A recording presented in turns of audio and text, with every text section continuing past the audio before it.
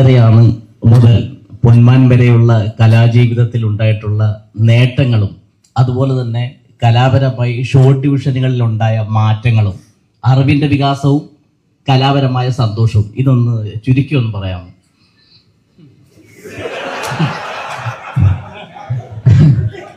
കുറച്ചധികം 10 മിനിറ്റ് അല്ല, അതിലൊരു ഭയങ്കര എന്താ പറയാ, ഞാൻ സിനിമയിലേക്ക് വരുമ്പോ സിനിമ എടുക്കുക എന്നുള്ളതായിരുന്നു എൻ്റെ ആദ്യത്തെ എക്സൈറ്റ്മെന്റ്. സിനിമ എടുക്കുക എന്നുള്ളതാണ്.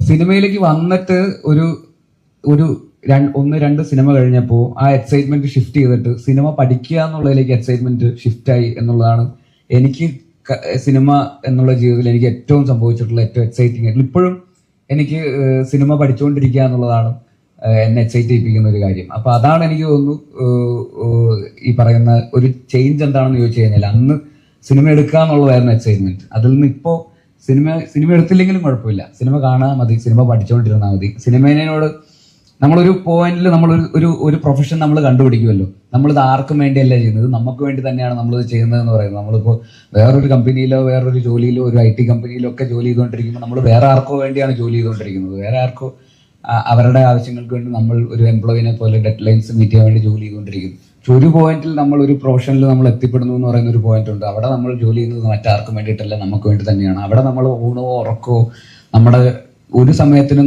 നമുക്ക് വീക്കെൻഡ്സ് ഇല്ല, അവധി ദിവസങ്ങളില്ല. നമ്മൾ എല്ലാ ദിവസവും നമുക്ക് വേണ്ടി തന്നെ ജോലി ചെയ്തുകൊണ്ടിരിക്കുക എന്ന് പറയുന്ന പോലത്തെ ഒരു ഭയങ്കര സ്വീറ്റ് സ്പോട്ട് ഉണ്ട്. അത് കണ്ടെത്താൻ പറ്റുക എന്നുള്ളതാണ് നമ്മൾ ഈ പറയുന്ന സിനിമ, നമ്മൾ ഇഷ്ടപ്പെടുന്ന ഒരു ജോലിയിലേക്ക് നമുക്ക് എത്തുമ്പോൾ ഉണ്ടാകുന്ന ഏറ്റവും വലിയ എക്സൈറ്റ്മെന്റ്. അതെനിക്ക് ഏതോ ഒരു പോയിന്റിൽ കണ്ടെത്താൻ പറ്റിയിട്ടുണ്ടെന്നുള്ളത് തന്നെയാണ് ഞാൻ വിശ്വസിക്കുന്നത്. അതാണ് എന്നെ ഇപ്പോൾ ഏറ്റവും കൂടുതൽ എക്സൈറ്റ് ചെയ്യിപ്പിച്ച് ഡ്രൈവ് ചെയ്ത് പോയിക്കൊണ്ടിരിക്കുന്നത്. അങ്ങനെ കണ്ടെത്താൻ പറ്റിയതാണ് എന്നെ ആക്ടർ എന്നുള്ള രീതിയിലും എന്നെ ഡയറക്ടർ എന്നുള്ള രീതിയിലും ഒക്കെ എന്താ പറയുക കുറച്ചുകൂടെ ബെറ്റർ ആക്കാനുള്ള സാഹചര്യം ഉണ്ടാക്കിയതും അത് തന്നെയാണ്.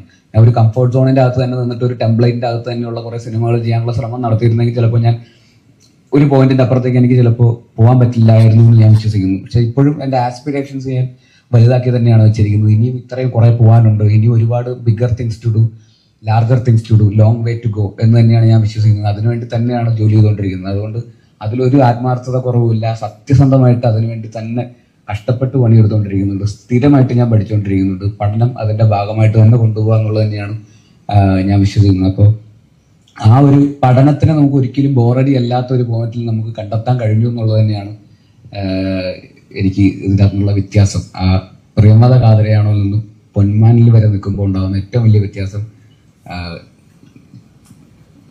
ബുദ്ധി ഉള്ളിടത്തോളം കാലം സിനിമ പഠിച്ചുകൊണ്ടേയിരിക്കണം എന്നുള്ളത് തന്നെയാണ്.